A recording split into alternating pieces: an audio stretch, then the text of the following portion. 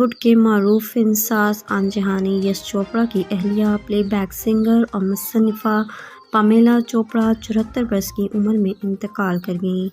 تفصیلات کے مطابق پامیلا چوپڑا شدید قسم کے نمونیا کی وجہ سے 2 ہفتے سے اسپتال میں داخل تھیں اور جمعرات کی صبح وہ جان کی بازی ہار گئیں۔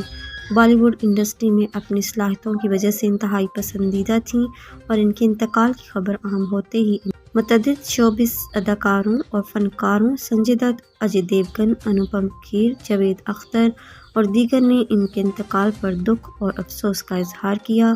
پامیلا چوپڑا کی آخری رسومات میں آدتیہ چوپڑا، ہرتک روشن اور ان کے والد راکیش روشن بھی موجود تھے۔